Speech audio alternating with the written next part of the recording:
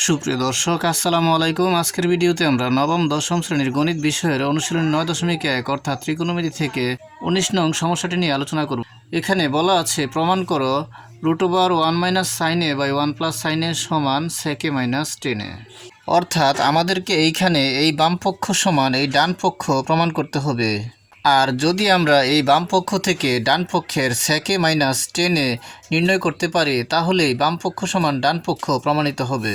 আর এটি নির্ণয় করার জন্য আমরা লিখে নেই, দেওয়া আছে বাম পক্ষ সমান √1 - sin a / 1 + sin a। তাহলে আমরা এখানে লিখে নিলাম, দেওয়া আছে বাম পক্ষ সমান √1 - sin a / 1 + sin a। অর্থাৎ এই বাম পক্ষের অংশটি আমরা এখানে লিখে নিলাম।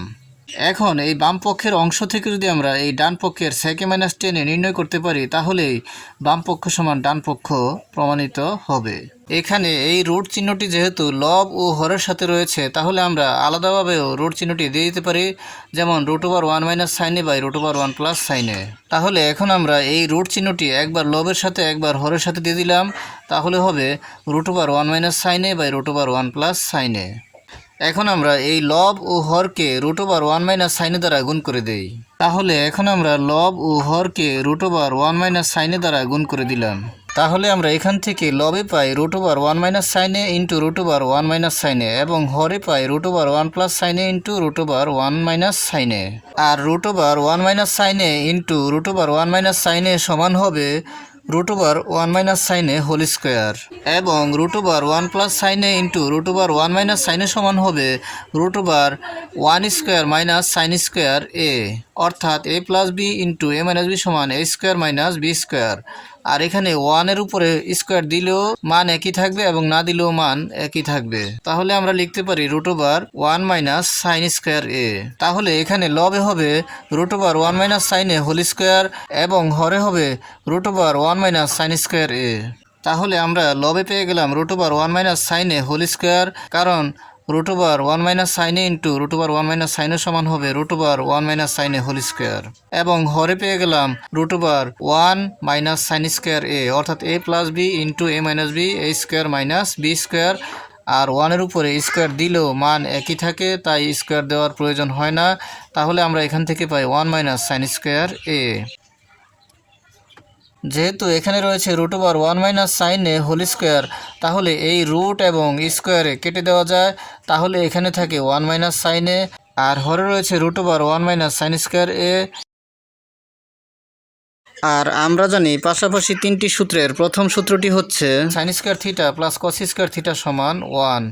এখানে যদি আমরা এই sin স্কোয়ার থিটাকে বাম পক্ষ থেকে ডান পক্ষে নিয়ে যাই তাহলে হবে 1 - sin স্কোয়ার থিটা, কারণ এই বাম পক্ষের প্লাসের sin স্কোয়ার থিটা ডান পক্ষে গেলে হবে মাইনাস, তখন 1 থেকে মাইনাস হবে, তো অর্থাৎ 1 - sin স্কোয়ার থিটা। আর বাম পক্ষে থেকে যাবে cos স্কোয়ার থিটা, অর্থাৎ 1 - sin স্কোয়ার থিটা সমান cos স্কোয়ার থিটা।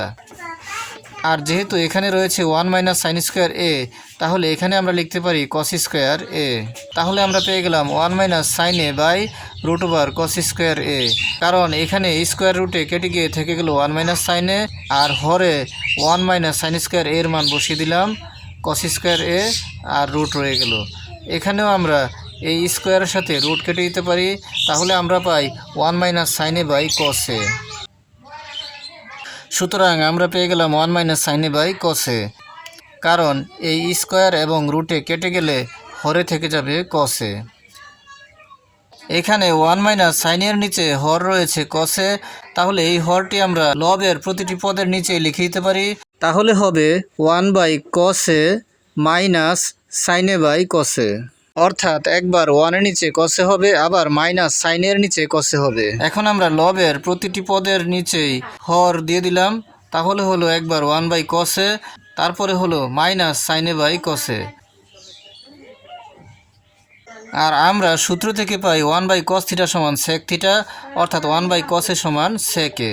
আবার sin θ / cos θ সমান tan θ, অর্থাৎ sin a / cos a সমান tan a।